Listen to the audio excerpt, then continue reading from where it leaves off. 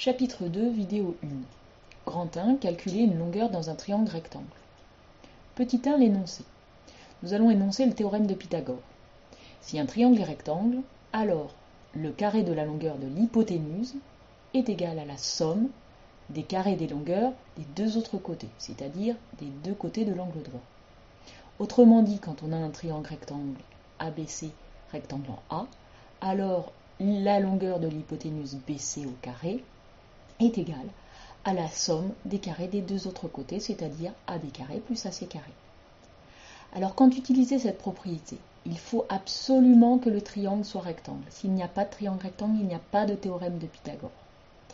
Ensuite, pour pouvoir utiliser cette égalité de 3 longueurs, il nous faudra au moins 2 longueurs. Alors ces 2 longueurs vont nous permettre de trouver la troisième longueur. Donc le but est de trouver la longueur du troisième côté. Petit 2, application. A, trouver l'hypoténuse. Donc on est dans le cas où on a un triangle rectangle et on connaît les deux côtés de l'angle droit ici. Et on cherche la longueur de l'hypoténuse. La première chose à faire, c'est d'appliquer bêtement le théorème de Pythagore. Puisqu'on sait ici que ALI est rectangle en A, le théorème de Pythagore nous donne l'égalité suivante. LI au carré est égal à L au carré plus AI au carré. Puisque LI est l'hypoténuse.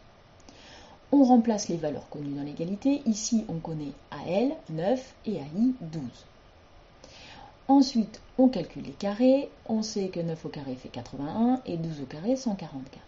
Cela nous donne donc LI au carré vaut 225. Alors, LI au carré ne m'intéresse pas. Moi, je cherche LI. Donc, il va falloir trouver 225 de qui est-il le carré. Alors, 225 de qui est-il le carré? Pour cela, on utilise la racine carrée. On va chercher racine carrée de 225. La calculatrice nous dit que c'est 15. 15 est donc la valeur exacte de LI. Petit b, trouver la longueur d'un côté de l'angle droit. Donc cette fois, j'ai l'hypoténuse, la longueur de l'hypoténuse ici, mais je cherche la longueur d'un côté de l'angle droit.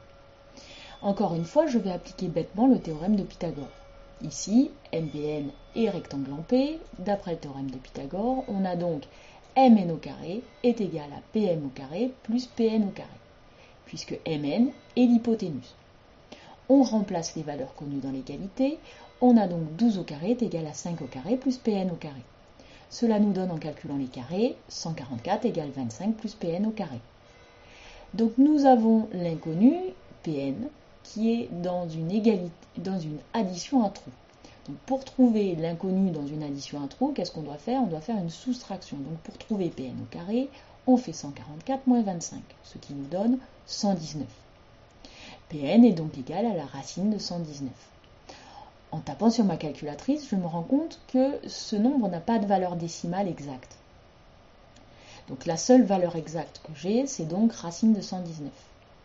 Mais moi, j'ai envie de savoir en écriture décimale à peu près combien ça fait. Donc je vais faire une valeur arrondie, par exemple ici au dixième. Pour faire la valeur arrondie au dixième, je vais couper après les dixièmes et me demander si je dois prendre le nombre en dessous ou le nombre au-dessus.